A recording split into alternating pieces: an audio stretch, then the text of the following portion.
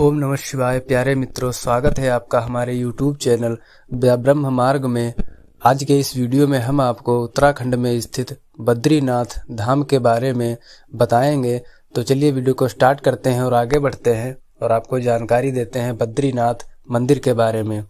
दोस्तों, उत्तराखंड के चमोली जिले में नर तथा नारायण पर्वतों के मध्य बद्रीनाथ धाम पंचबद्री में मुख्य पुराणों में सर्वश्रेष्ठ एवं चारों धामों में से एक प्रसिद्ध और पौराणिक धाम है। यहाँ भगवान विष्णु साक्षात निवास करते हैं, इसीलिए बद्रीनाथ को दूसरा बैकुंठ भी कहा जाता है।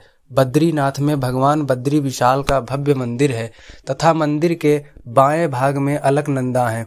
अलकनंदा में ही नारद कुंड तथा इससे ऊपर तप्त कुंड है। तप्त कुंड में स्नान करने के पश्चात श्रद्धालु भगवान बद्रीनाथ के दर्शन करने जाते हैं। बद्रीनाथ मंदिर समुद्र तल से लगभग 3140 मीटर की ऊंचाई पर स्थित है। बद्रीनाथ मंदिर की मुख्य मूर्ति शालिग्राम शिला द्वारा निर्मित है।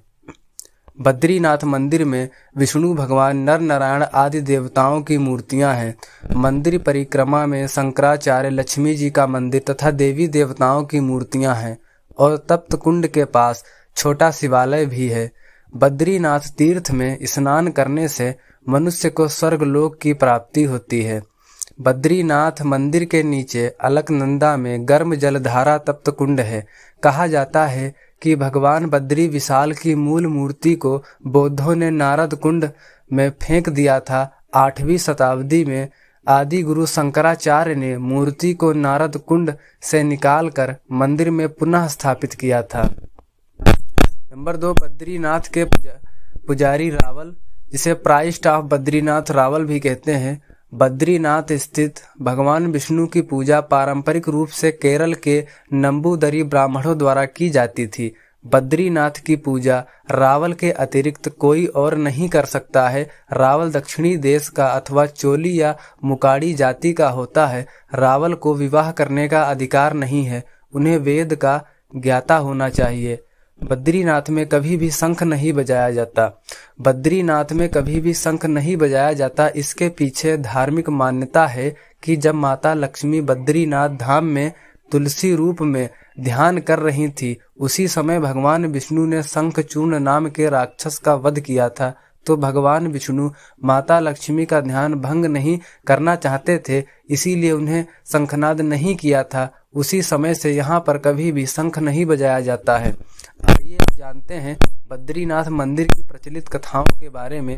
बद्रीनाथ मंदिर की पहली कथा एक बार की बात है, जब देवी लक्ष्मी भगवान विष्णु से नाराज होकर बैकुंठ छोड़कर चली जाती हैं और भगवान विष्णु ने भी इस बात से आहत होकर नर और नारायण के नाम के 2 पर्वतों के बीच तपस्या करना चले जाते हैं और कई वर्षों पश्चात माता लक्ष्मी को अपनी भूल का आभास होता है और भगवान विष्णु को खोजती हुई नर नारायण पर्वत पर जा पहुंचती हैं और देखती हैं कि भगवान विष्णु तपस्या में लीन हैं और उन पर भारी हिमप्रपात के कारण वह बर्फ से ढक गए हैं। उनकी इस दशा को देखकर देवी लक्ष्मी ने स्वयं भगवान विष्णु के समीप खड़े होकर बद्री के पेड़ का यानी बेर के पेड़ का रूप ले लिया और समस्त हिम को अपने ऊपर सहने लगी। कई वर्षों बाद जब भगवान विष्णु अपनी तपस्या से जगते हैं तो देखते हैं कि देवी लक्ष्मी ने पेड़ का रूप ले रखा है और हिम से ढकी पड़ी हैं।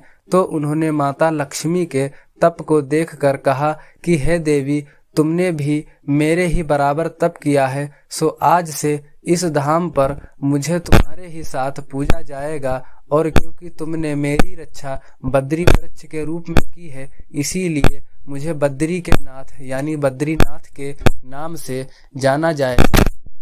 तो दोस्तों, बद्रीनाथ मंदिर की दूसरी कथा शिव भूमि हो गई और हरि की भूमि। बद्रीनाथ को लेकर पौराणिक कथाओं में एक कथा यह भी प्रचलित है कि बद्रीनाथ धाम में शिव जी सपरिवार निवास करते थे, परंतु एक बार जब भगवान विष्णु तपस्या के लिए कोई स्थान ढूंढ रहे थे तो अचानक उन्हें यह स्थान दिखा और उन्हें यह स्थान बेहद पसंद आ गया।